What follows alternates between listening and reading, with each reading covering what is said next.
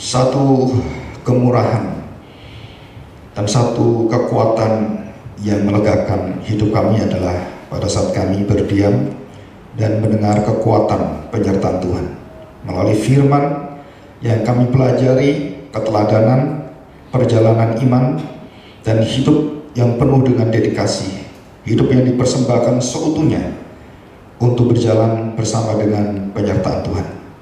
Bawalah hati kami supaya kami mengerti akan pergumulan jemaat Galatia, pergumulan secara pribadi dari hamba-Mu Rasul Paulus, dan kepada kami sekalian yang juga akan mengalami yang sama. Dan Tuhan berikan kami satu jalan yang terang, satu podos dan satu ortos, sehingga kami bisa menjalani hidup kami dengan terang dari Tuhan dan dengan pertolongan kekuatan roh semata-mata, dan bukan dari kekuatan kami menerima satu kekuatan yang memampukan kami untuk menjalani hidup kami sesuai dengan hati Tuhan dan perkenan Tuhan. Berkatilah kami, dan kami serahkan doa kami di dalam nama Tuhan kami Yesus Kristus. Amin. Ya, kita buka Galatia ya. Hari ini kita masuk Galatia pasal 5, minggu depan pasal 3 ayat 5, minggu depan pasal 3 ayat 6, dan selanjutnya ya.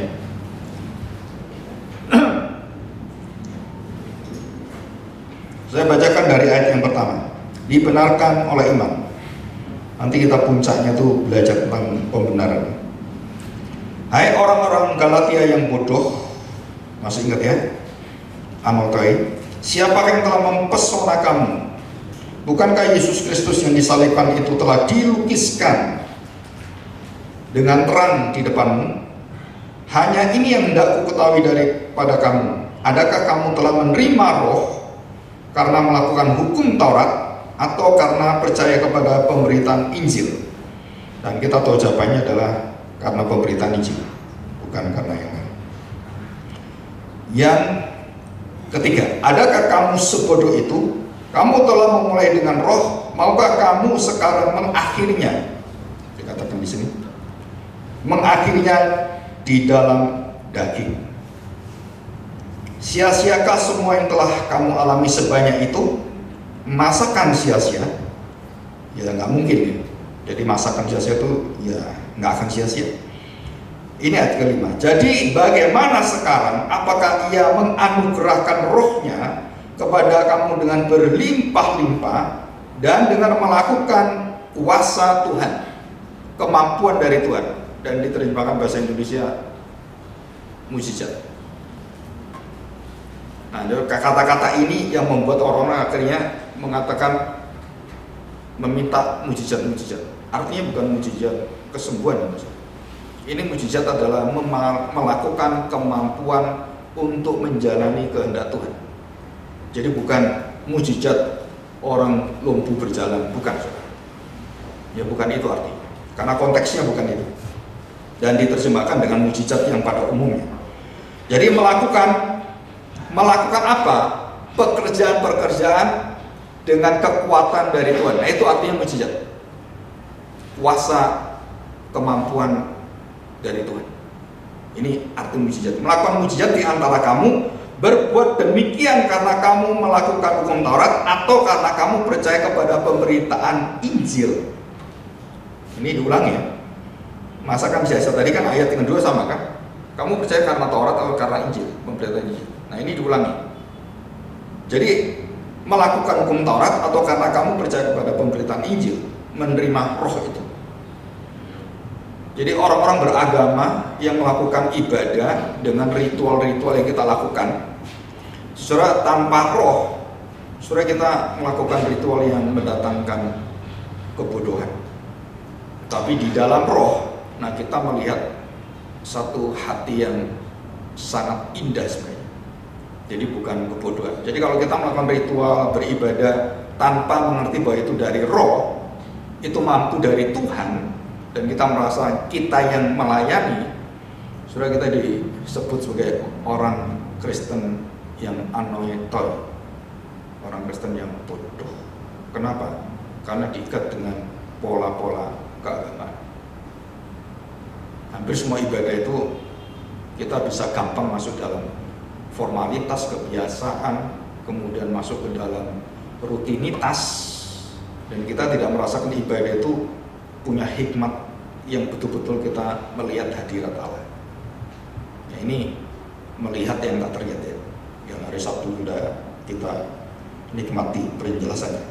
Nah, kita lihat ini, saya ulangi ya. Jadi bagaimana sekarang, apakah Ia menganugerahkan roh kepada kamu dengan berlimpah-limpah dan melakukan mujizat di antara kamu?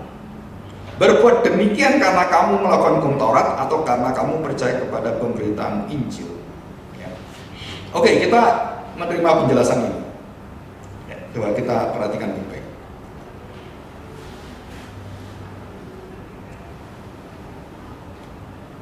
Nah, ini dalam bahasa Latinnya tuh visualis carnalis berlawanan dengan visualis pneumatica atau pneumatik dalam Galata pasal 3 ya.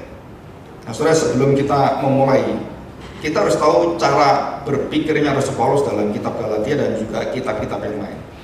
Hampir sama, mirip, dari strukturnya mirip. Yang pertama adalah, saudara, semua yang kita terima dari Tuhan itu tidak ada hasil dari kekuatan kita. Alkitab mengatakan bahwa kita mati dan kita dihidupkan. Nah, saya tanya, orang kalau mati dihidupkan, dari mana dia bisa hidup kalau dia mati? Ya pasti yang nggak pernah mati yang bisa hidupkan yang mati. Siapa yang nggak pernah mati? Ya Tuhan. Jadi waktu Tuhan menghidupkan kita dengan anugerahnya, saudara, itu adalah prinsip yang pertama. Hidup keselamatan itu adalah anugerah Tuhan. Jadi Paulus memegang ini, bukan karena perbuatan agama, bukan karena kamu puasa, bukan karena kamu baik, terus Tuhan memberikan kamu keselamatan. Bukan. Jadi seluruh pemikiran ini melawan pemikiran orang Yahudi, pemikiran agama, pemikiran filsafat, dan itu hanya ada di dalam pekerjaan Roh Kudus. Dan tidak ada yang lain. Ini tulang yang pertama, ya, di situ. Terus bagaimana anugerah ini bisa berjalan? Maka saudara harus percaya kepada siapa yang mengerjakan itu. Yang mengerjakan kita keselamatan kita itu siapa? Kalau bukan kita, terus siapa? Ya Allah sendiri. Aku bersumpah atas nama diriku sendiri bahwa aku akan berjanji setia akan menyertai kamu, anak cucumu, dan seluruhnya sampai menuju tanah perjanjian. Siapa yang mengerjakan itu? Siapa yang merencanakan? Ya Tuhan sendiri. Apakah manusia bisa? Jawabannya, ya nggak mungkin. Bagaimana mungkin? Sepanjang masa ribuan tahun Tuhan setia, bagaimana kita mau jadi setia melihat masa depan yang kita nggak tahu? Jadi yang pertama itu adalah anugerah, yang kedua adalah anugerah ini dari mana kita dapatkan? Yaitu dari Kristus. Nah, itu dikatakan sebagai Injil, anugerah Injil. Ini pikiran Paulus itu seperti itu. Dan kita juga sama, kita punya pikiran di dalam iman Kristen, ya juga harus seperti ini. Kalau sudah anugerah itu diberikan oleh Kristus, dan Kristuslah yang menghidupkan kita, mengerjakan bagi kita. Nah, waktu kita menerima Kristus, Roh Kudus melahirbarukan kita, membawa seluruh karya anugerah Injil Kristus itu diberikan pada kita, maka kita jadi lahir baru, kita dihidupkan. Kenapa? Karena kamu mati dalam seluruh keagamaanmu, dalam seluruh ketaatanmu dalam Taurat. Jadi kalau kita taat pada Taurat, kita dibawa dalam kematian. Semakin taat pada Taurat, kamu sedang masuk dalam kebinasaan. Semakin kamu taat beragama, kamu tahu bahwa ketaatan saya ini membawa saya membutuhkan juru selamat. Maka setiap tahun, baik orang Kristen, orang Islam, orang Israel, saudara, itu mengadakan kurban. Dan sama kurbannya, membawa sapi, membawa kambing, domba gitu kan. Untuk apa? Menggantikan kita di situ. Ini yang menggantikan kita sebagai ya lambang daripada juru selamat itu kan. Dan di semua agama dan suku-suku agama itu ada saudara, konsep ini penebusan itu. Bukan hanya kita beragama Kristen, Yahudi, Islam ataupun yang sama, tapi dalam suku-suku itu sama, mengenal yang sama. Itu bukunya tuh dari Don Richardson yang menuliskan anak perdamaian. Suku-suku yang ada di Papua itu mengenal konsep ini. Ya, setelah dia hampir 30 tahun pelayanan di Papua, dari papanya sampai dia dan sekarang anaknya yang masih pelayanan, dan anaknya jadi pilot MAF dan teman-temannya. Jadi yang bisa menolong orang bisa masuk ke daerah yang penuh dengan hutan-hutan itu pesawat yang kecil itu. Itu kalau kita naik itu kayak main layang-layang. Kenapa? Wanginya besar, pesawat yang kecil kan, jadi lumayan itu. Dan sering orang itu ketabrak, nabrak bukit, mati seluruh penumpang. Dan bukan 1-2 orang, puluhan pilot dan pesawat serta penumpangnya mati. Dan sudah ada catatan siapa aja yang mati, termasuk bupati siapa itu mati juga. Terus ada tentara juga mati di sana. Kalau berkabut kita nggak tahu ini yang bukitnya mana. Tapi orang-orang yang di MAF itu terlatih. Kenapa? Karena dia tahu, udah kebiasaan kalau jalan kan. Oh ini nanti ada gang, ini ada bukitnya. Dia tahu di mana dia masuk. Begitu kabut, saudara, dengan teknologi yang baru ini, saudara bisa tahu ada map yang bisa menembus itu semua. Kalau dulu kan kita nggak tahu. Jadi itu pakai perasaan bertahun-tahun, berpuluh tahun. Nah hanya pilot yang tahu jalurnya yang selamat. Tapi yang masih belajar, masih bingung, nabrak dia mati. Situ. Jadi yang ketiga itu adalah kalau kita lihat lahir baru dengan kuasa Roh Kudus, melahirkan siapa? Melahirkan kita dari kematian jadi hidup. Dan waktu kita dihidupkan dari kematian dosa kita, terus kita hidup di dalam Kristus, maka sepanjang hidup kita mematikan dosa yang terus ada dalam daging kita. Jadi kita sudah diberikan satu kekuatan. Kekuatan apa? Diberikan vaksin. Jadi begitu ada virus masuk, saudara perang dengan virus itu, dan saudara pasti menang. Kenapa? Karena vaksinnya itu sudah mengalahkan virus. Jadi waktu saya menghadapi seluruh kelemahan tubuh saya, daging saya, maka saya bisa mengalahkan. Kenapa? Karena saya punya vaksin juru selamat itu yang sudah mengalahkan dosa saya, yang kutukan semua itu, yang maut itu. Siapa? Kristus. Jadi bukan saya yang bisa mengalahkan dosa saya, tapi kebenaran Kristus itu yang menghidupkan dan membunuh dosa itu setiap hari. Jadi saudara bisa melawan dosa, bukan kekuatan kita, saudara, tapi kematian Kristus. Jadi waktu kita berdosa kita lihat sakit. Waktu kita digigit ular dan kita mau mati, lihat ular tembaga, sembuh. Digigit, lihat ular, sembuh. Dan kita hidup seperti itu. Dan yang terakhir sekarang ya, di situ. Dan waktu kita menerima jaminan itu, jemaat Galatia itu sudah dijelaskan tentang ini semuanya. Saudara, jemaat Galatia itu kok bisa berbalik? Apa yang membuat kamu mempesona kami itu apa sebenarnya? Saudara, ini adalah satu penyakit yang luar biasa dalam kerohanian orang percaya. Apa itu? Ritual agama.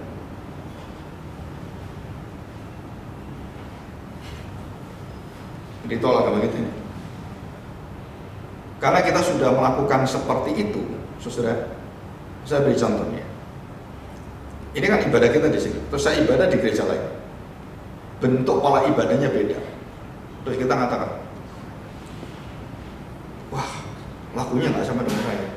Ini semua nggak sama. Isinya juga beda dengan saya, gitu kan?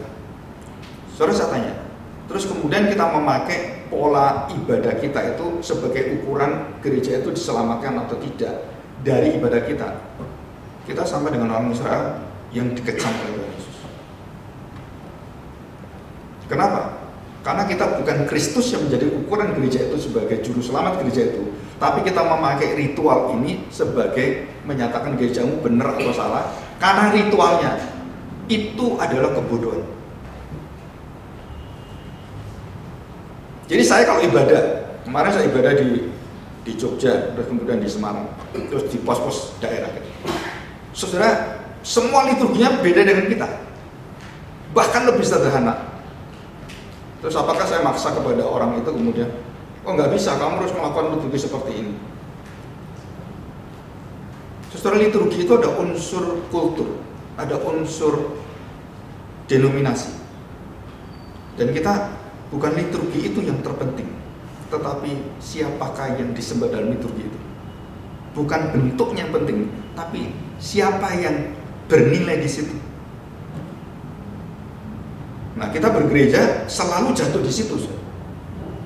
Jadi gereja satu dengan satu itu nggak bisa bersatu. Kenapa? Ya karena keagamaan ritual-ritual ini.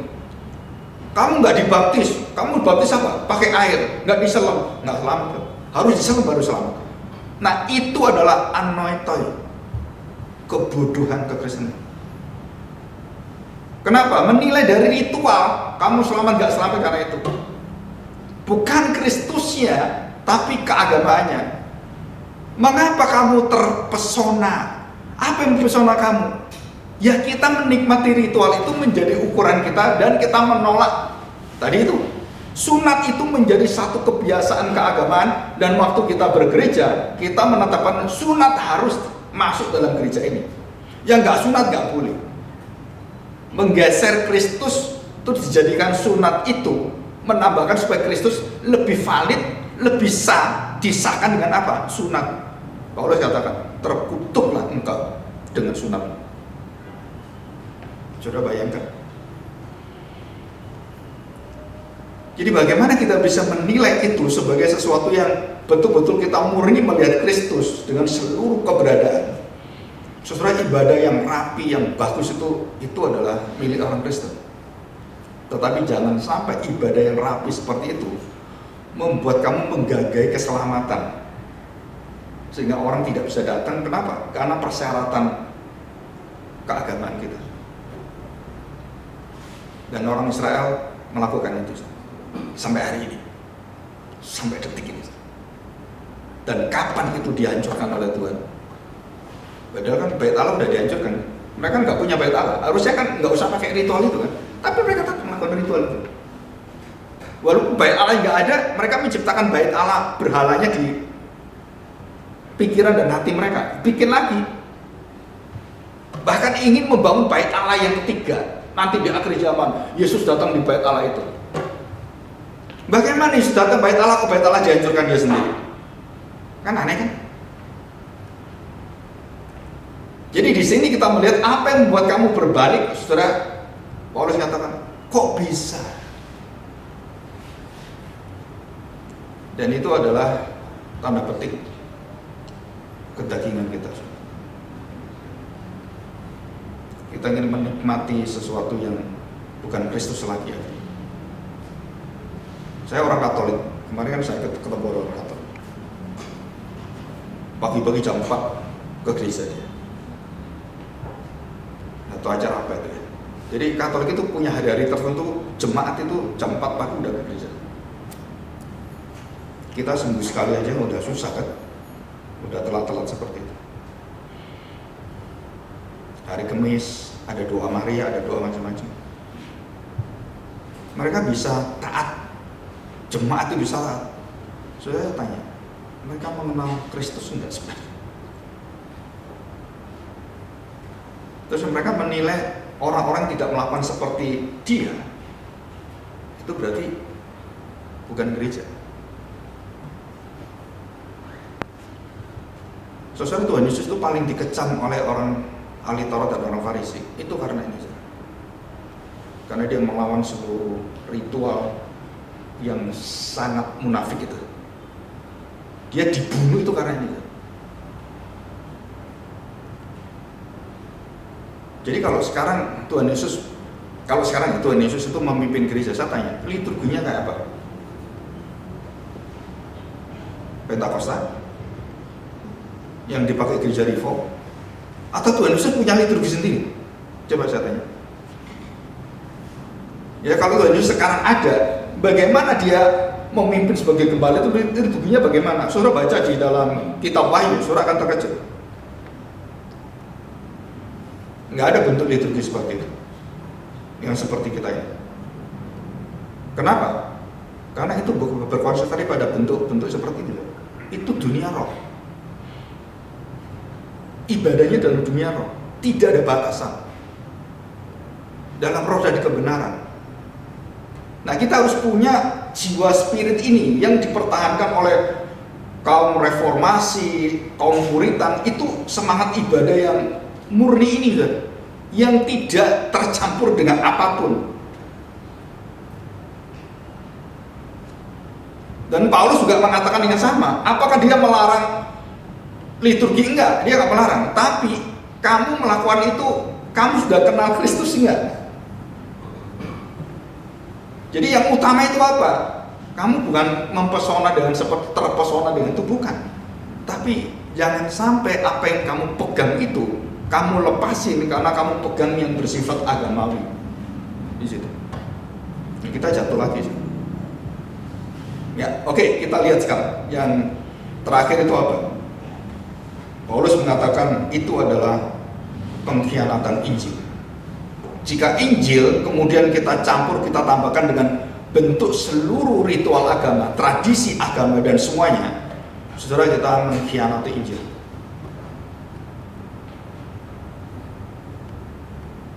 Saya kadang-kadang berpikir apa? Tanya dengan ahli sejarah gereja, sejarah orang-orang yang menyelidiki itu. Saudara, orang Israel kalau ibadah bagaimana? Kalau kita ngomong yang paling tua itu orang Israel, ibadah yang orang Israel. Seluruh ibadah orang Israel itu beda jauh dengan kita. Yang rada-rada mirip itu ya turunan dari Ortodoks dan Katolik. Kenapa, saudara? Orang Israel itu kalau ibadah itu bukan cuma ibadah dalam lagu dan dalam pujian dalam bentuk seperti kita. Enggak. Mereka itu warna, penciuman, penglihatan, dan semua indera itu ada liturginya. Jadi ibadah itu ada baunya. Bau apa? Nanti puncaknya kita membau anak domba yang dibakar. Aduh, kayak bau sate gitu. Ngerti ya? Aduh, enak. Nah itu. Kita nggak ada unsur itu kita. Kita ada unsur bau-bauan nggak ada. Bau keringat banyak. Gitu kan? Tapi unsur mata kita ada nggak ada. Orang-orang Israel itu punya unsur, seluruh ornamen itu membawa kita melihat kemuliaan Allah dalam bentuk warna dan semua bentuk-bentuk yang ada, persegi, bagaimana bentuk daripada kaki dia, itu menghantar kita mengenal kehadiran Tuhan. Dan kita nggak punya. Terus kita mau melahirkan itu. Saya tanya, Ustaz. Terus kita mau melahirkan gereja kembali pasang kaki dia, gitu kan? Terus kembali mimbarnya kayak orang Israel. Terus pujiannya hampir semua kayak orang Israel. Saudara, masalah itu bukan masalah di tata cara seperti itu, bukan. Masalahnya adalah mereka membuang inti ibadah itu sendiri. Matt Chandler menuliskan satu buku yang sangat baik dan termasuk Timothy Keller. Saudara, kita seringkali membuat ilah-ilah yang baru dalam ibadah, counterfeit God. Semua yang menghalangi kita datang pada Tuhan, bentuk semua ritual itu adalah berhala, termasuk pendetanya. Termasuk pendetanya apa? Kalau kita memilih pendeta, bukan kita melihat firman yang diberitakan, kita kemudian terpesona dengan pendetanya, saudara, kita sedang melakukan ibadah berhala. Dan itu keras sekali. Timothy Keller tulis bukunya itu keras sekali. Jadi kalau kita bergantung pada favoritem seseorang, saudara jatuh. Tapi gereja, kalau nggak ada figurnya, ya kita nggak enak gitu. Betul ya? Semua gereja-gereja yang kita punya tokoh-tokoh pendeta-pendeta kan, itu ada tokoh-tokohnya semua.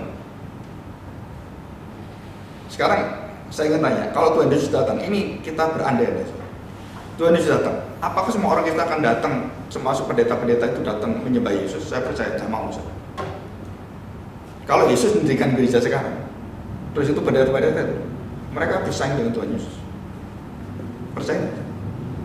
Dan mereka nggak akan datang pada Kristus, nggak akan datang. Kenapa? Karena mereka merasa dirinya menjadi Kristus.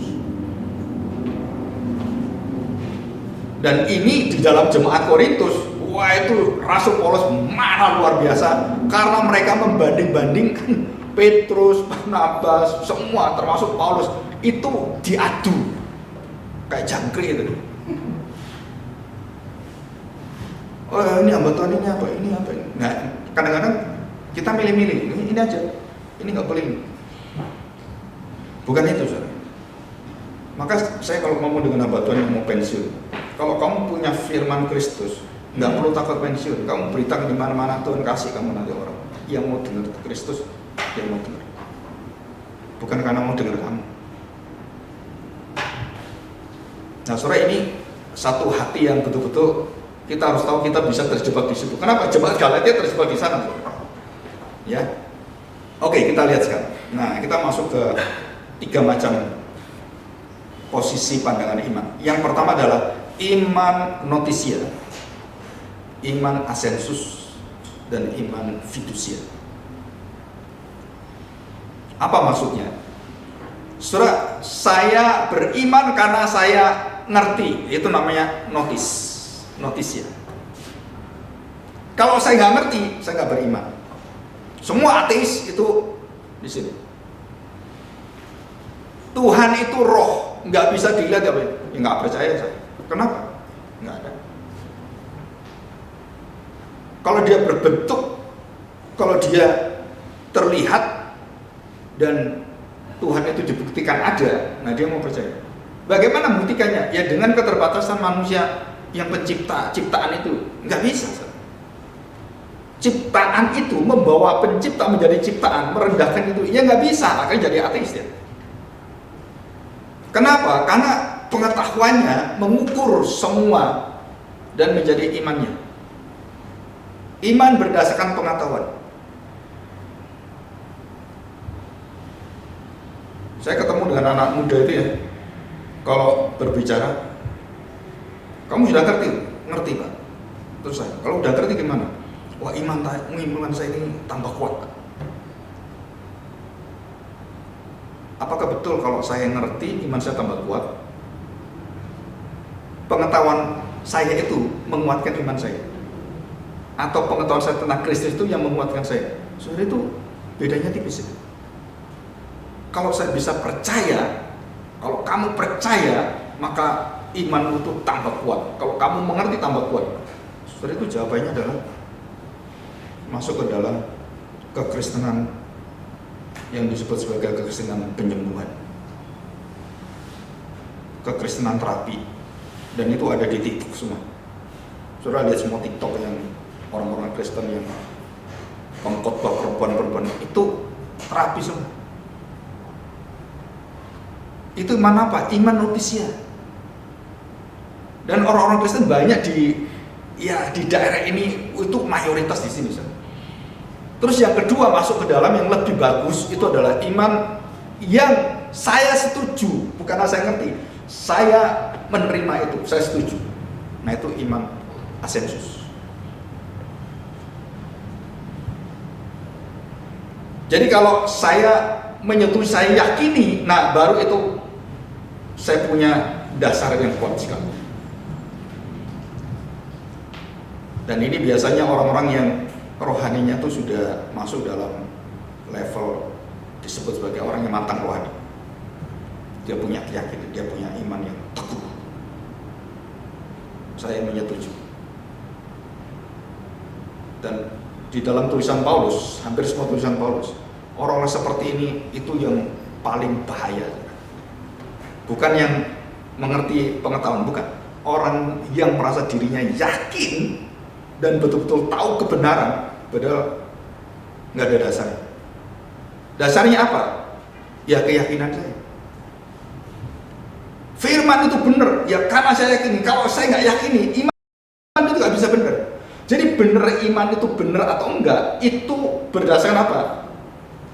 konsensus saya bersama dengan Tuhan. Jadi kalau Tuhan tidak saya setujui, nggak bisa dia. Kalau iman itu tidak saya imani, maka iman itu nggak bisa hidupkannya, nggak bisa mengarahkan saya. Semua masih di mana batasnya? Itu batasnya pada siapa? Diri saya menentukan. Yang ngerti, yang menyetujui itu diri saya. Ini adalah iman yang nggak ada dasar. Dasarnya apa? Saya ngerti, saya setuju. Nah, berarti kamu beriman menyelamatkan. Alkitab mengatakan tidak. Dan orang-orang yang di sini adalah orang-orang yang Paulus katakan ini loh, orang-orang macam seperti ini, ya Judaizer yang menjadi Kristen terus mencampur itu semuanya. Dia yakin kenapa? Karena dia merasakan bahwa kalau sunat itu membuat dia yakin Injil itu perlu diyakini dengan apa? Nih, diyakini ini, ditambah dengan ini, tambah dengan ini. Dia yakin. Tapi kalau betul-betul hanya Kristus, wah, saya nggak bisa setuju.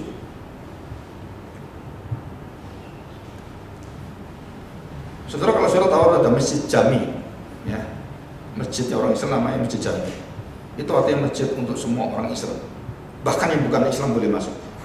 Boleh berdoa di tempat itu kepada Tuhannya masing-masing. Jadi istilahnya okumene. Nah, sekarang gerakan okumene juga sama. Membuka semua gerakan. Gereja boleh, orang Islam boleh datang gereja, boleh. Menyembah Tuhannya boleh di sini. Kita nyanyi, kamu menyembah Tuhan sendiri boleh nggak? Saudara, Paulus mengatakan apa? Engkau sedang mengkhianati Injil. Dan itu terjadi dengan Salomo, sama. Pertama dia mengatakan, iya kamu nggak boleh, ini tempat yang maha kudus ibadah. Lama-lama dia tidak tahu bagaimana secara detailnya. Istri-istrinya kemudian meminta dia merayu, ya nggak apa-apa lah di sampingnya gitu kasih. Dewa-dewa kita nggak masuk, tapi di halaman aja nggak apa-apa. Dan Salomo ngasih itu di halaman bait Allah itu dewa-dewa mereka tuh ditaruh semua. Berhala-berhala itu ribuan itu taruh sana semua.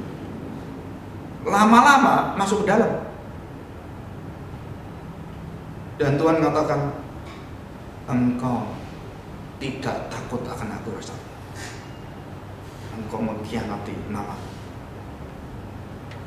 Salomo tahu, dia tahu, tapi dia memberikan pintu, menyetujui supaya saya diterima. Ya saya buka pintu untuk apa? Toleransi gitu. Ya udah nggak apa-apa. Jadi itu pencemaran kepada iman kita sendiri dan tidak diperbolehkan itu. Dan itu tegas sekali, tidak diperbolehkan. Nah, terus kita lihat ini yang terakhir, fidusia. Saudara perhatikan ya, iman yang percaya kepada apa yang Tuhan beri,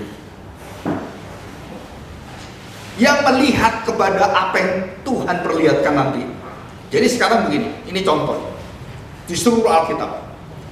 Yusuf menerima penglihatan, mimpi dua, tentang lumbung dan tentang kosmos.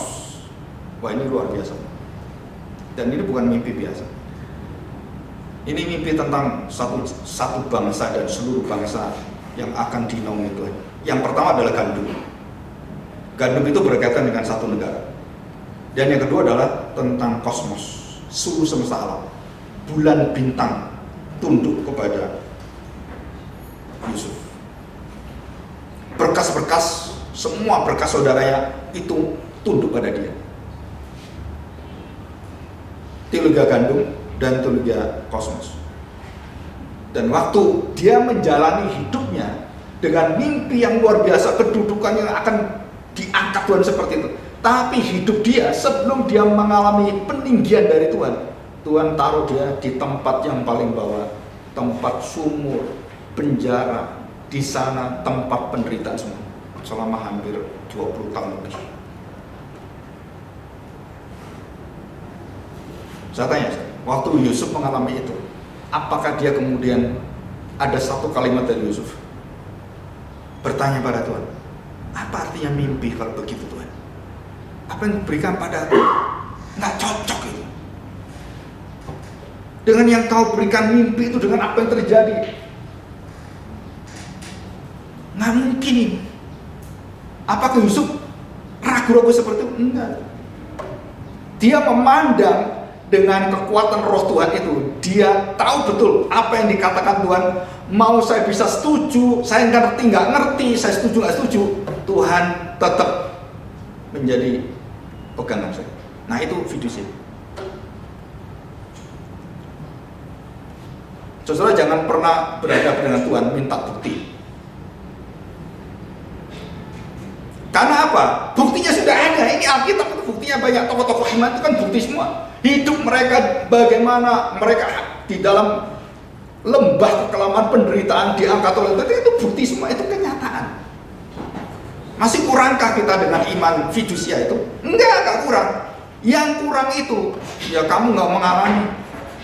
Begitu ngalami, mulut kita itu terus kemudian mulai tanya pada Tuhan, mulai meragukan Tuhan, mulai melihat kita hidup benar nggak ya, mulai cari kambing hitam, kambing putih, kambing merah. Kayaknya kita ada salahnya nih. Kenapa kita mengalami seperti ini? Setelah Yusuf tidak memberikan celah untuk menyalahkan orang lain, menyalahkan dirinya, menyalahkan keadaan, enggak. Dia tahu, dia pegang firman. Nah itu fidusia. Ngerti, nggak ngerti, setuju nggak setuju, Tuhan tetap yang memegang dia baik, dia selalu menyertai saya. Bahkan saya mati, seperti Abraham mengatakan, dia bisa bangkitkan anak saya. Hebat sih. Makanya Abraham itu bapak orang beriman. Sampai mati anaknya dibunuh pun dia percaya Tuhan bisa menciptakan manusia, semesta alam, dia bisa bangkitkan anak. Apakah iman kita itu bisa seperti itu? Ini kan elencos ya. Hipostatisnya kan dasar iman itu kan dasar dari apa yang kita percayai kan. Terus bagaimana buktinya? Apa yang kita harapkan di masa datang? Sudah dikasih di Alkitab, ada semua buktinya, semua ada. Tapi kita waktu ngalami sulit saudara. Mulut kita itu mengatakan janji Tuhan yang sulit saudara. Bagaimana saya bisa percaya apa yang kita lihat gak sesuai dengan apa yang saya percaya? Abraham, kamu keluar, lihat bintang di langit, kan kosmos lagi. Lihat pasir di laut. Artinya pasir di laut itu apa sih? Kekayaan alam semesta. Yang mengelola semua itu adalah bangsa Israel. Yang menguasai semesta alam, kosmos, langit itu siapa? Bangsa Israel itu. Bangsa Israel itu menguasai langit dan bumi. Wah, iya Pak ya, kok sadar ya?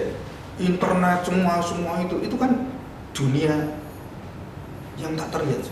Siapa yang menguasai? Bangsa Israel. Perang semua itu. China sekarang nggak akan bisa kalahkan Israel. Iran yang hebat seperti itu, Irak yang hebat melawan Israel, mati semua.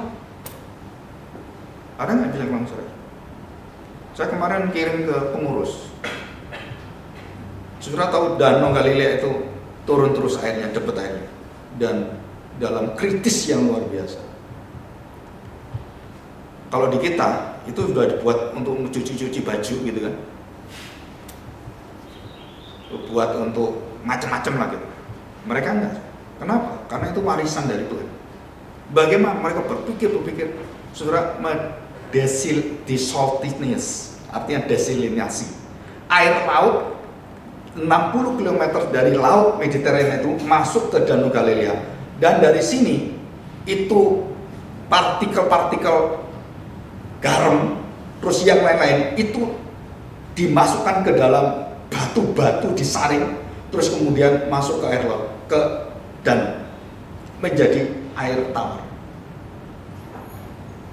Dan pada tahun 2026 ini baru mereka berhasil proyeknya, diteliti sudah hampir 40 tahun.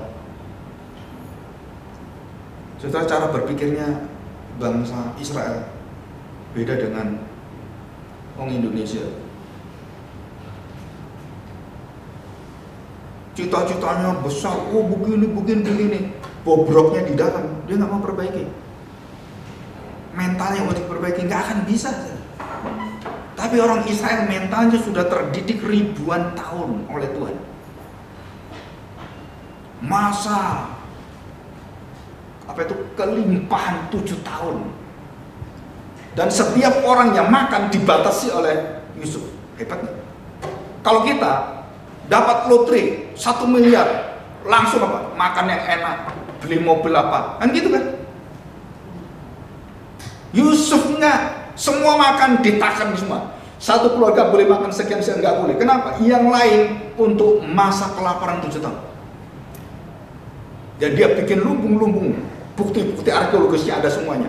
Lumbungnya gede-gede, so. Itu sampai ada yang beratus-ratus meter. Dia kumpulkan, dan bagaimana tekniknya 7 tahun sampai 7 tahun. Bagaimana 7 tahun bisa 14 tahun. Itu gandum gak rusak. Wah, Yusuf itu jenius, luar biasa. Bukan, Yusuf mengatakan kalimat, bukan aku, tapi Tuhan.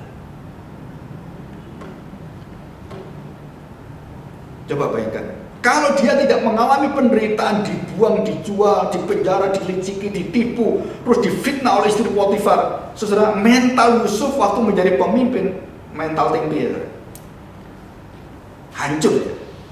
Tapi karena dia mengalami itu, diproses oleh Tuhan dalam penderitaan yang luar biasa. Waktu dia jadi pemimpin, dia memperhatikan bagaimana ke masa depan itu, bagaimana dia harus tidak mendulukan diri, dan semua dibatasi dan boleh makan secukupnya. Sisa semuanya untuk masa kelaparan, bukan difoya-foya.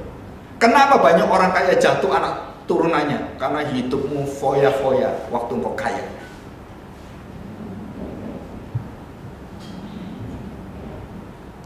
Saudara pernah lihat sampai ini? Saya pernah ketemu dengan waktu di Solo. Dia ngomong apa? Pak, tahu nggak itu? Itu yang duduk itu, Pak. Itu yang punya jarum, Pak. Pak Inci-inci gitu. Yang pakai celana kayak kaos oblong putih gitu. Terus dia makan di situ, di pinggiran itu. Dia makan tengkleng Solo. Solo terkena tengkleng kan? Dia makan di sana. Semua orang lihat apa? Orang kaya makan di pinggiran. Orang kaya itu makannya tuh sapu-sapu os, hauji gitu kan? Oh, itu tempat-tempat seperti itu. Enggak, dia makan di situ. Untuk apa? Dia tidak memikirkan perutnya, tidak memikirkan kesenangan dia. Dia memikirkan masa depan anak cucunya. Dan kau tidak ikut Alkitab, tidak ikut seperti ini, masa depanmu suram semua. Fidusia itu membuat Yusuf memegang apa Tuhan pegang, dan seluruh daripada karakter Tuhan, hati Tuhan, bagaimana Tuhan mengatur segala sesuatu, itu diberi Tuhan dalam hatinya. Dan dia dengan sangat brilian berhasil mengentas dan menjadikan negara yang miskin menjadi negara yang berlimpah-limpah untuk memberkati negara lain. Itu Yusuf.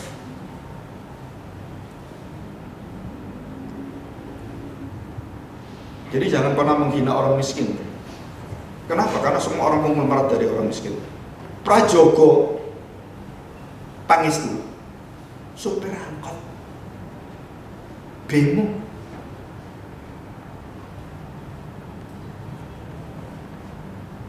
cari uang 1 sen ke 1,5 sen mati. Ayo ikut ya. Sekarang jadi konglomerat. Wah, before 30 1 million, dan gitu kan, itu 20 tahun yang lalu. Sebelum umur 30 tahun saya sudah dapat penghasilan 1 miliar. Sekarang sebelum 30 tahun saya 1 triliun. Saudara lihat, mereka ingin seperti sampai itu Budi Hartono, terus Mr. Tung itu yang Raja Batubara, orang dulu di Singapura, tapi dia warga negara Indonesia, dia terkaya, atau sekarang dia tuh. Terus Prajogo, terus semua, terus kemudian Dato' Syahrir, Lipo Group, Motaryadi, terus semuanya.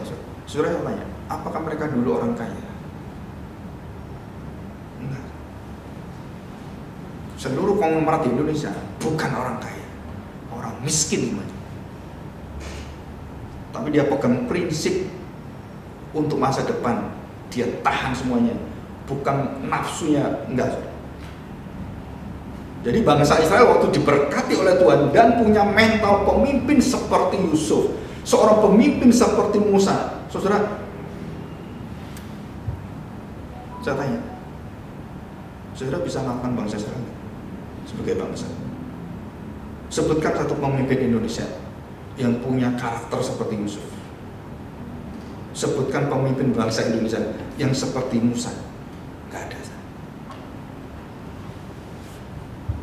Kita punya pemimpin pendiri negara Indonesia, madon.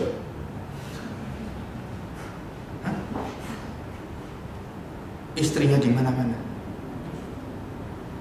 Karakternya, ide-idenya bagus, tapi lifestyle-nya ambruk. Semua itu nggak bisa. Kenapa Tuhan memberikan contoh-contoh seperti dalam tokoh-tokoh iman? Saudara, kita diberitahu oleh Tuhan karena mereka menyatakan bukan aku, tapi Tuhan. Mereka sudah diangkat oleh Tuhan untuk mengatakan, saudara datang, aku ini bukan pengganti Tuhan, tahu nggak? Minta ampun kok ke saya. Memang aku Tuhan gitu. Jadi kalau ada orang minta ampun pada kita, walaupun kita benar, dia salah kepada kita, terus kita mengatakan, oh iya, kamu itu kurang ajar ya. Kamu bisa ngampuni dia, bukan kamu. Siapa? Tuhan yang memberikan itu hati itu. Nah, kita belajarlah bersama-sama iman fidusia. Nah, Paulus waktu melihat seluruh kejadian itu, orang-orang yang tidak puas, yang dengan pikirannya, dengan persetujuannya, nggak bisa kamu seperti ini, kamu harus betul-betul tahu bahwa hanya Kristus yang kamu terima, nah baru kamu bisa mengubahkan banyak hal. Dan kamu nggak bisa mengubah dunia dengan kekuatan, termasuk dalam keselamatan. Dunia tidak bisa memberikan jalan keselamatan. Taurat, agama, filsafat, pengertian, hikmat manusia, nggak ada. Siapa yang bisa mengerjakan itu? Kristus. Begitu hebatnya Kristus itu, kenapa kamu kok beralih? Nah, saudara, kita lihat Galatian ya, ayat yang kelima. Nah, perhatikan saudara. Jadi bagaimana sekarang? Apakah ia menganugerahkan roh kepada kamu dengan berlimpah-limpah dan melakukan mujizat di antara kamu? Berbuat demikian bukan karena melakukan Taurat atau karena kamu percaya kepada pemberitaan Injil. Saudara, kata yang di sini digunakan bagaimana dikatakan ini? Kepada kamu menganugerahkan roh dan dengan berlimpah-limpah.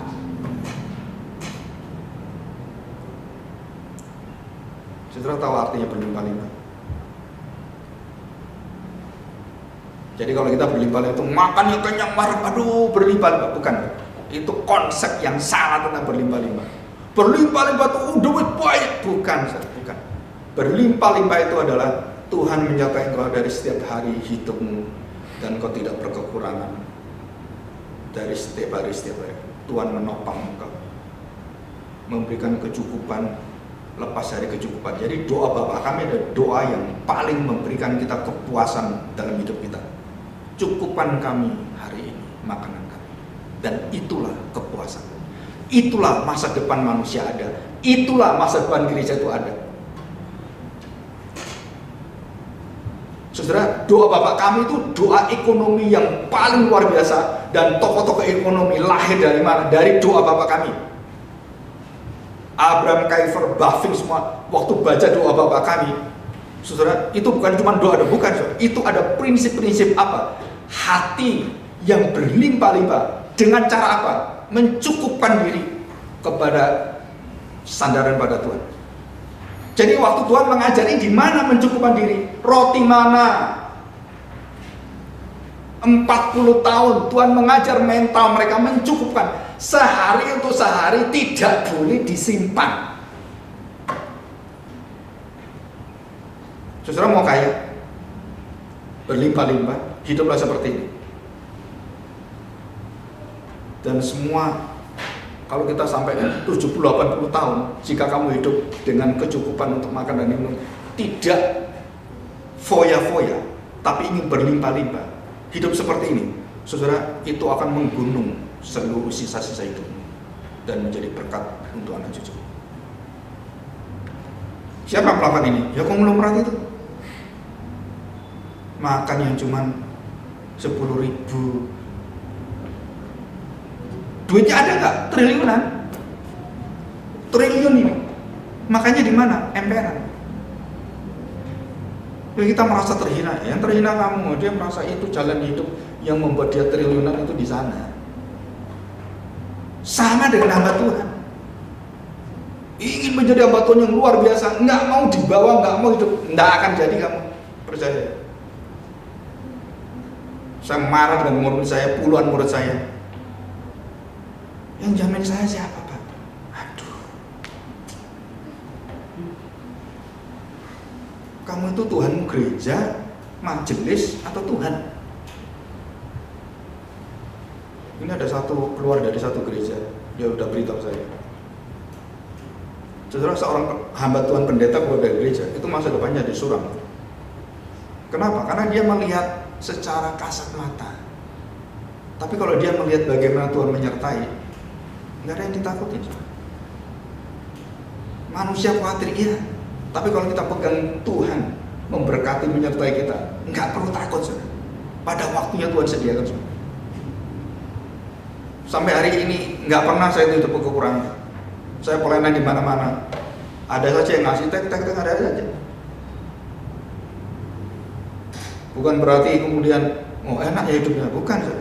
Merasakan bagaimana seperti Yusuf, seperti Musa menderita bersama dengan umatnya, dihina bersama dengan umatnya. Nah itu di situ.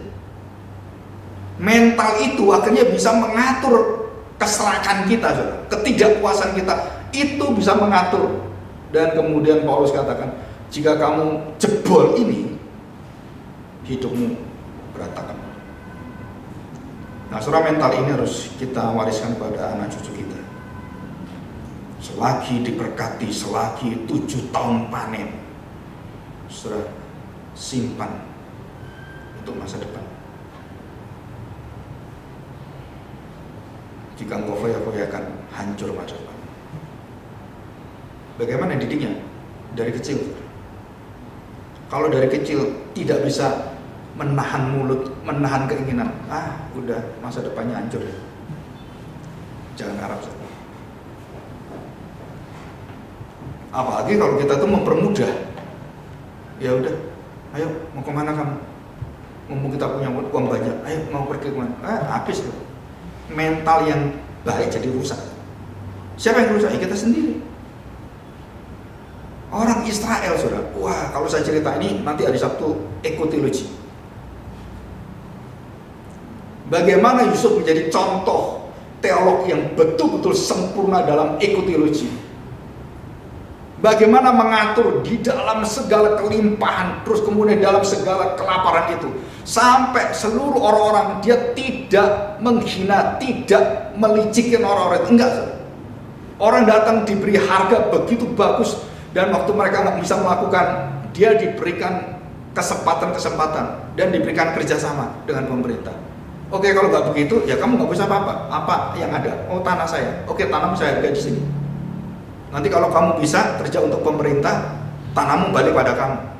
Wah, sebenarnya itu prinsip-prinsip yang sangat brilian. Dunia tidak ada orang seperti Yusuf yang dipimpin oleh Tuhan. Hancur semua. Dan saudara, di situ ada satu keputusan dari Yusuf. Apa keputusan? Sampai hari ini dipakai seluruh dunia, seluruh ekonomi dunia. 20% hasil usaha untuk diberikan untuk tanggung jawab masyarakat. Bagaimana itu berlaku untuk dunia usaha? Saya tanya, harusnya mulai dari gereja. Karena itu dari gereja, dari bangsa Israel. Jadi saudara-saudara pikir, oh kita ada perpuluhan gitu, oh kita ada. Enggak. Hasil usaha kita yang kita berikan itu, seluruh hasil itu 20%, saudara, itu serahkan untuk fakir miskin, untuk kebutuhan masyarakat seragam Islam. Bukan untuk pendetanya. 20%. Jadi sampai hari ini orang Israel nggak ada yang miskin, saudara. Yang menghidupi seluruh orang-orang yang yang perang terus kemudian terlantar, orang-orang yang ada di berapa juta orang. Itu siapa yang kasih makan? Bangsa Israel. Perang itu Amerika setelah perang didenda Amerika. Kamu harus bangun Iran berapa? 300 miliar dolar. Tahap pertama. Yang hancur-hancur itu kamu yang bangun. Mau perang boleh, nanti ada akibatnya kamu apa? Yang kamu hancurin itu kamu bangun. Itu dari mana? Dari Alkitab, saudara. Nah, prinsip-prinsip ini kenapa penting? Saudara, saya ingin bercerita kenapa penting. Karena mereka memiliki iman yang tahu bagaimana Tuhan memimpin masa depan. Ya, nah ini kalimat ini ya. Jadi apa berlimpah-limpah, saudara? Berlimpah-limpah adalah bukan kita menikmati sepuas-puasnya, seenak-enaknya, bukan. Kita membatasi seluruh hidup dengan kapasitas kebutuhan kita yang betul-betul cukup. Dan sisanya adalah untuk melayani Tuhan. Nah, seseorang yang seperti ini, saudara, nah dia berhak memimpin gereja, dia berhak memimpin negara, dia berhak memimpin semua. Orang-orang seperti ini layak menjadi pemimpin.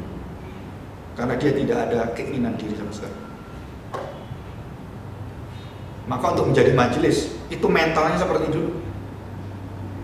Bukan pinter ngatur, tapi pinter menjaga kerakusan diri, kepuasan, nafsu diri. Nah, orang seperti ini pasti dipakai Tuhan. Dia akan tahu bagaimana itu melayani, bagaimana itu mendulukan kerajaan, bagaimana mendulukan pelayanan Tuhan. Dia akan tahu semua. Waktu pendeta Caleb Tong mengatakan satu kalimat pada orang-orang kaya di gerejanya.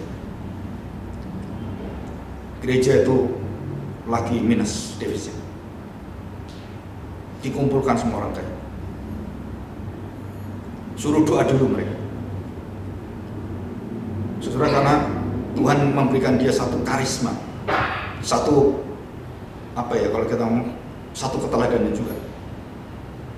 Dia panggil itu, dan kita pendeta sudah dipanggil, suruh lihat pengalaman pengembalaan itu sangat indah. Jadi isi hatinya Pak Caleb itu apa sebenarnya? Nggak ada untuk diri, saudara.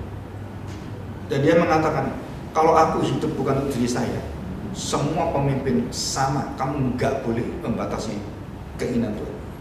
Terus dia mengatakan, bagaimana hatimu jika tahu gereja dalam kekurangan dan kamu dalam kelimpahan? Masihkah kamu tutup mata, tutup hati? Tegur. Dan kita dengar itu semua. Kalau saya negur, mungkin besok saya udah dus. Betul ya? Enggak. Dia berani. Minggu depannya kita pertemuan lagi, langsung suruh plus hampir 80 miliar. Jadi kapasitas dari jemaat itu, dari pemimpin itu masih berlimpah-limpah. Siapa yang membatasi itu? Ya kerakusan semua. Karena kamu tidak mendahulukan kerajaan Allah. Nggak ada gereja yang bisa defisit secara rumusnya dalam Alkitab, nggak ada. Tapi hati yang tertahan, orang-orang itu, saya tanya, satu yang punya siapa nih?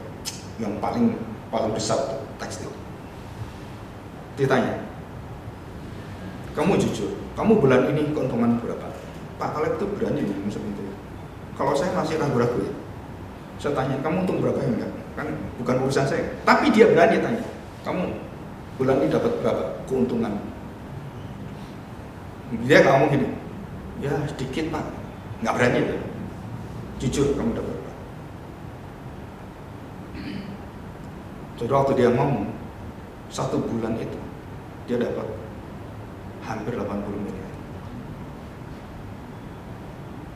keuntungan.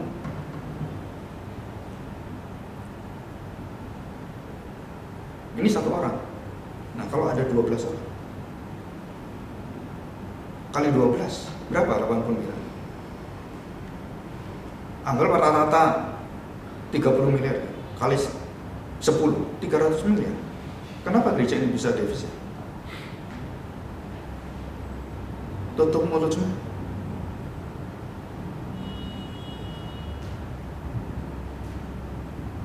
Saudara, kadang-kadang kita butuh orang-orang yang ya tiba-tiba pemimpin yang visioner itu dan dengan keberanian dari Tuhan. Tanya semua, kamu jujur nggak? Ditanyain saudara, pemimpin tanya semua, kamu jujur nggak?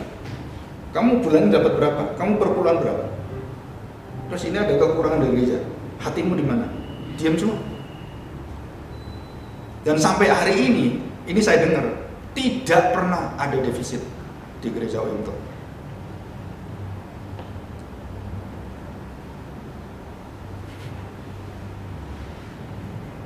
Saya tanya, kenapa kita defisit?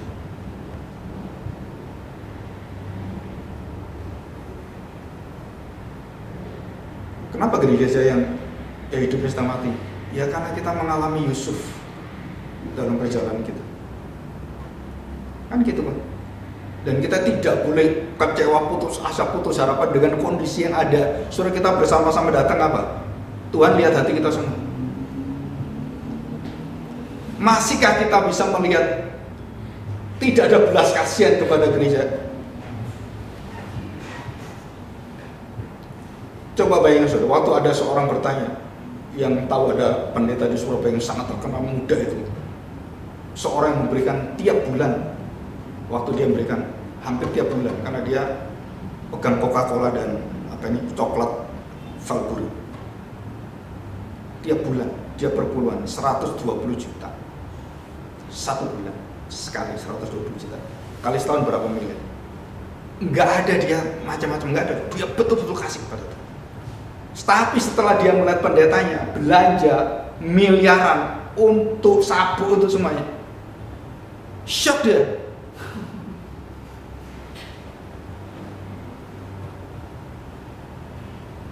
Terus ngomong, aduh aku ngerti, saya shock katanya. Nah kalau hamba Tuhannya seperti ini, dengan tokoh-tokoh seperti ini, sudah kita dibawa kemana itu? Arahnya itu jemaatnya dibawa kemana? Kebinasaan semua. Coba kita lihat, bandingkan itu pendeta dengan Musa, dengan Yusuf, jauh ya. Bumi langit.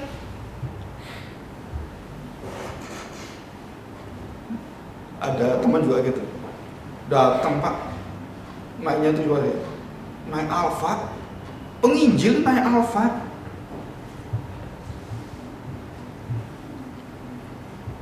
Dan majelisnya ngomong apa? Gimana melayani Pak? Disuguhi minuman itu, kasih minum, gelasnya tuh kotor sedikit. Jangan bawa sini aku saya. Saudara, waktu Paulus melayani seperti itu hatinya, saya tanya, bagaimana kamu bisa kemudian membalikkan itu semua dengan pelayanan-pelayanan yang akhirnya Kristusnya itu hilang semua, saudara? Kita melayani siapa sebenarnya? Kita mengagungkan siapa sebenarnya? Loh, Tuhan itu nggak kelihatan, saudara, tapi Dia ada dalam hatimu, Dia mengukur semua hati kita. Apakah kamu mencintai aku, mengasihi aku, berkenan kepada saya? Saya nggak pernah tahu ada orang bagaimana itu, tapi begitu orang katakan, oh iya Pak Agung, kalau Pak Agung ke China, beritahu saya. Kenapa? Saya kasih tiketnya. Itu bukan jemaat saya, waktu saya masih di Wellington. Tapi dia tahu, dan dia punya hati. Langsung dia telepon. Saya punya rumah juga sama. Saya cari-cari kontrakan, uangnya nggak ada, kan saya ngalami penipuan kan, kemana-mana. Terus gimana ini? Tiba-tiba orang nggak pernah telepon saya, belasan tahun telepon, dan kasih rumah di Saluyu. Masihkah saya nggak percaya dengan Tuhan? Buktinya apa Tuhan? Ya bodoh saya. Saya nggak pernah takut dengan soal keuangan, dengan soal siapa yang melayani siapa. Nggak takut, saudara. Kenapa? Karena andalan saya itu Tuhan. Dan saya ngalami hidup seperti itu. Dan itu terjadi dalam hidup saya, apalagi Paulus. Bagaimana kamu bisa terpesona dengan seluruh orang-orang seperti itu? Bukankah Kristus itu yang dilukiskan? Sudah saya jelaskan begitu luar biasa sampai dia mati. Masihkah kamu tahan hidupmu seperti itu? Paulus sampai mengatakan, kamu kalau aku datang ya, ini satu kalimat dari Paulus. Aku ingin merampok uangmu semua, aku ingin merampok kamu semuanya. Wah, keras sekali saudara, Paulus. Apa aku perlu ngerampok kamu? Bayangkan rasul itu sampai putus asa dengan jemaatnya saudara. Tapi Paulus tidak menggunakan itu, dia menggunakan belas kasihan dari Tuhan. Dan dia tuliskan berapa? Hampir 40 orang lebih yang dia tuliskan membantu dia. Dan banyak semuanya itu, herannya. Dan hidup saya juga sama waktu pelayanan. Hampir semua yang bantu saya itu adalah ibu-ibu yang memberi persembahan pada saya. Yesus dibantu siapa? Ibu-ibu, betul nggak? Rasul-rasul siapa yang bantu? Deborah, Dorcas. Saudara, kalau sudah ibu turun jalan, turun pelayanan, kuasanya luar biasa, saudara. Dan itu ada di Alkitab, dan saya alami sendiri. Yang kita harapkan nggak bisa kita harapkan, yang nggak pandai kita harapkan, Tuhan pakai memberi pengharapan pada kita. Jangan sampai kelimpahan daripada Roh Kudus itu memimpin kita, memampukan kita. Saudara itu terhambat dengan hal-hal seperti ini. Dan kita harus tembus itu semua. Melihat yang diberikan kuasa Roh Kudus, bukan karnalis tapi pneumatika. Dan itu saudara belajar seperti bangsa Israel 40 tahun cuman makan mana. Kenapa sih Tuhan gak seperti 40 tahun? Untuk apa? Mendidik supaya gak serakah 40 tahun. Gak ada satu bangsa dididik menahan makan itu berkecukupan terus satu hari gak perlu disimpan makan 40 tahun. Coba anak kita buat gitu. Seminggu ya, kamu makannya cukup ya sekian, ya nggak boleh ngomel anak kita. Masih lapar nih, gimana nih? Nggak bisa, cukup. Pasti nanti badan anak kita itu pasti bagus semua. Pasti sehat semua. Kenapa? Karena itu mempengaruhi seluruh kesehatan, seluruh sosial masyarakat. Wah, itu luar biasa. Doa Bapak kami itu, saudara. Itu bukan hanya doa untuk berdoa saja, bukan, saudara. Itu untuk menyehatkan kita, menyehatkan kesehatan kita, uang kita, masa depan kita. Itu doa Bapak kami. Dan kita bersyukur jika Tuhan bisa mengarahkan kita dalam pandangan seperti itu. Ya, oke, kita masuk dalam doa. Kita bersyukur kepada Tuhan. Bapak yang baik, kami bersyukur di hadapan jika Engkau bekerja dengan kekuatan yang berlimpah-limpah, maka tidak ada batasan yang bisa menghalangi seluruh rencana Tuhan. Bahkan orang-orang yang paling jahat seperti istri Potifar pun tidak mampu untuk menghalangi jalan Yusuf. Engkau angkat sebagai orang yang menyelamatkan bangsa Mesir dan juga bangsa Israel dan segala bangsa. Inilah satu kemuliaan yang luar biasa. Ya, kami terus kagum dan kami bersyukur karena kami mendapatkan satu contoh teladan yang di luar daripada teladan-teladan secara duniawi. Dan kami bersyukur jika Roh Tuhan memberikan kami satu janji, satu kemampuan, satu dinamis, bukan berasal dari diri kami, tapi berasal dari kekuatan Allah. Dan berkatilah dan tuntunlah kami dalam segala kelemahan dan juga segala kerentanan kehidupan kami di masa mendatang. Tuhan pimpin dan Tuhan berikan hati yang seperti bangsa Israel, hati yang tahu dan dididik oleh Tuhan dalam beriman kepada Tuhan sendiri, bukan pada keadaan, bukan pada kesulitan, bukan pada orang-orang di sekitar kami, tapi sungguh-sungguh berharap hanya pada Tuhan. Dan inilah yang menggerakkan kekuatan hidup orang-orang percaya hidup gereja, dan hidup dari bangsa dan negara kami. Berkatilah untuk hati kami dan arahkanlah hati kami supaya terus menjadi satu, melekat dan mengalami Kristus dalam setiap perjalanan hidup kami. Terima kasih Bapa, kami serahkan doa kami di dalam nama Tuhan kami Yesus Kristus. Amin.